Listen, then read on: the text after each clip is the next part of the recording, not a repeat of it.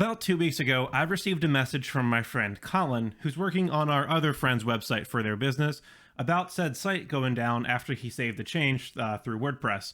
He wasn't sure what caused the breakage and was kind of afraid that he caused it somehow, but alas, it was because one of my virtual machine servers in my basement went down, which is precisely about the time when Colin learned that the site is being hosted out of my house. After a good quick ribbing and talking about the future plans for hosting the website, I quickly ran downstairs to view the carnage and start fixing it. I decided to film the whole experience in case any of you were all interested in seeing what went wrong, and I figured it would also be good to share the learning experiences that I went through. Unfortunately, I had to voice over some of my earlier clips because A, I left one of Settled's videos playing in the background like a potato. You know, I do like his videos. And B, my shower was in use, which just kind of made the audio not too pleasant to be heard.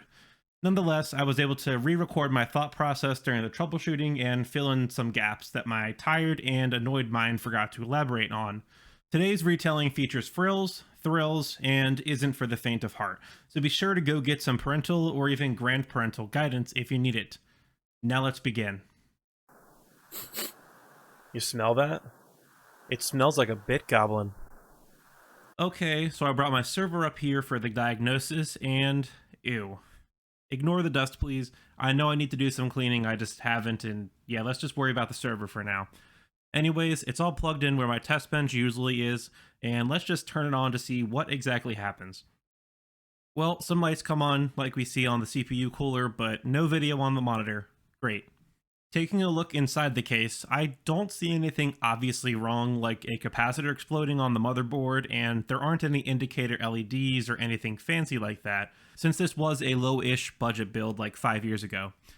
Also, don't mind this missing RAM slot. I had a stick go bad about like 2.5 years ago, and I just haven't bothered to replace it. I really just haven't needed the extra capacity yet, and the performance hit really hasn't been a problem for me. Anyways, so the first thing I'm going to try is removing this El Cheapo video card, since I have had problems with it in the past, and I just kind of want to work my way down step by step to a less complex build to troubleshoot and hopefully isolate the issue. This PCI bracket is kind of a pain in the ass though. So right now the card is out, I've powered the system back on, and now this power supply dust filter has caught my attention because, well, as you can see, it's just atrociously gross. Wait a second. I don't know if this is being picked up on the camera, but the power supply is making a very familiar humming sound. I'm now remembering that I actually had a similar thing happen when my NAS's power supply died about 1.5 years ago with a clogged dust filter over the power supply. So I'm thinking let's swap in a known working power supply and just see what happens. Alex, I'm already up to like a 30k cash stack. That is so nice. I went and jerry-rigged up the power supply from my test bench, which I know works. It's a Corsair CX650F with RGB lights if you care about it, and let's just power it on to see what happens. Still getting nothing. Well, turns out I was a dummy. I forgot that I had removed the video card and plugged the HDMI cable into the non-existent onboard graphics. But hey, look at that. We're booting up now and I've got a dead power supply. Great. Now I just need to tidy up and get this thing back online. Alright, I got her back in place and plugged in my handy USB hub of peripherals to get going again. And for some reason this thing would not boot the OS I had on before. It kept dropping me into the grub shell prompt for some reason, hence why I'm in the system BIOS to see what's going on. As you can see, everything for the most part looks normal here, though I'm going to re-enable a modest 2400 MHz clock speed on my RAM. I could go higher. I think I had 2666 MHz before, but I really just want to get back up and running for now, without too much trouble. It is crazy to think about, though, how far we've come in just a few years. These early Ryzen systems really had a tough time achieving pretty much anything above 2666 MHz on RAM clock speeds, and these days, 3600 MHz is basically the expected minimum now for DDR4 RAM. But anyway, I'll play with the RAM more later. We're back up online now with the system booted into Debian, and I can start getting my VMs up and make Colin happy with the website. Oh, I forgot to show you all the fix. For some reason, the default boot setting changed to this old OpenSUSE boot entry, so I just changed it back to my Debian install, and that was it. Alright, so this just came in. This is the new power supply, or at least realistically it should be. I did get it off a Newegg, which, you know, if you're upset about that, I understand. They just had this power supply. I got this EVGA SuperNOVA power supply for what they said was half off. I got it for $65, and that's where the sale was, so I went that route. Let's see if I can do this one-handed. Nope, cannot. One sec. Anyways, so I'm just unboxing this on my kitchen table. Obviously, this is not where it's going to go, but let's see. Yes, EVGA. Oh boy, wish I had someone to actually hold the camera for that. Anyways, there we go. EVGA.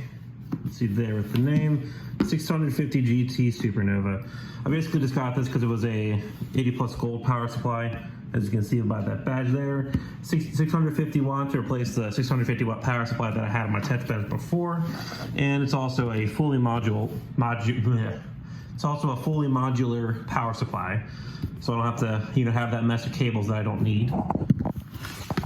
So yeah, let's go ahead and crack this open and put this on the test bench.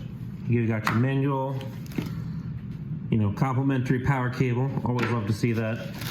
Good old wad of those cables. Oop, modular cables. Oh, don't drop these.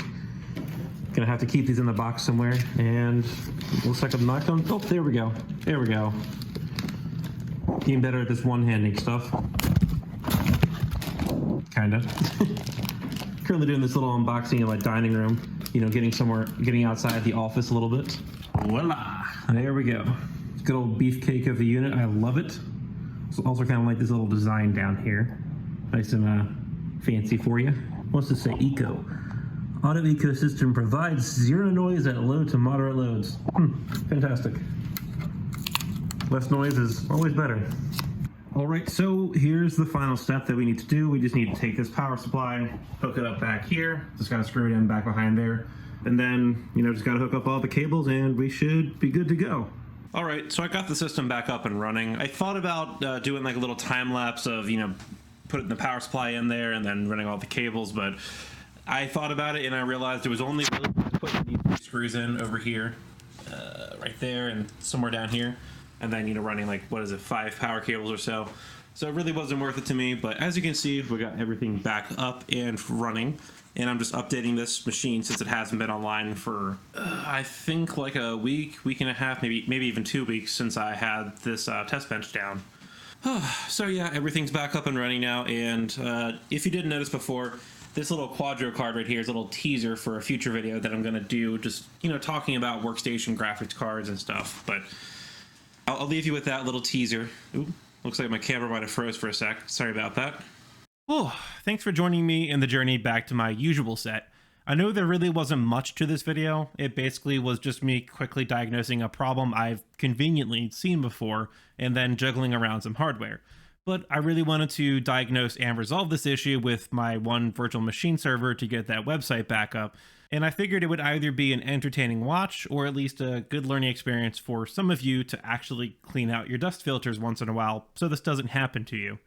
So yeah, PSA, clean out your dust filters so things don't die. Easy enough. This diagnosis, however, really wasn't as much as I had expected initially, as I was kind of expecting something like a dead stick of RAM or possibly a bad motherboard, since this hardware is like 5.5 years old. But that's how it goes sometimes. I got lucky here, or lucky if you consider that I had seen the issue before and it was easy to fix. And thankfully it wasn't too bad, so my buddy could get back to working on that website rather quickly. I guess I'll also take this time for another PSA that for anything considered production ready or publicly available, however you want to see that, I would highly recommend getting it off of a home server and onto a cloud provider of some sort like Linode or DigitalOcean, since they have a lot of goodies and experience that helps avoid issues just like this taking down a website.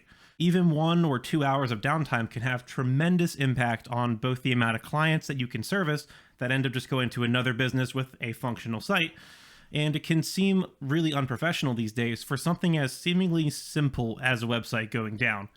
You really do gotta put your best foot forward for publicly facing websites, and you don't want to be like me to be the reason that your friend's company has trouble getting clients. And if you've made it this far in the video, then I would like to give you a huge thank you. Not to you specifically, but to every one of you that has supported and recently got me past the 1,000 subscribers milestone on this channel. I really do appreciate all the love and support. The many of you that I've gotten to chat with in the comment section, and even the few of you that I've seen hop on the community Discord server and talk to me. I really do appreciate it. I may not seem like it since I'm not a very like emotable heavy person or whatever. I'm not sure how you describe it. But my girlfriend, family, friends, they can all tell you that I was super ecstatic to hit that milestone. 1,000 subs really isn't that special in the big picture, but again, it does mean a lot to me, and it's a big first step for this channel. And with that all out of the way, to finally wrap this all up, as always, I'm curious to know what your all thoughts are on this video, and if you want to see more of these PC hardware videos, or if you've had a similar experience with hardware failure, whatever it is, I'd be happy to hear it all in the comment section down below. If you didn't like the video, then you know what to do, but if you did like it, then go hit that like button to make the algorithm happy, and also consider getting subscribed so you don't miss my future videos. Like I said, I'll be doing a video on that Quadro P1000 video card soon, and if I may say so, I think it'll probably be a fun one. You can also join the BitGoblin Discord server if you'd like to join and hang out with us. You know, it's a small but growing community focused on tech. Or, of course, we can also try to help you with your PC hardware related problems. I hope you all have a great day, and I will catch you in the next one.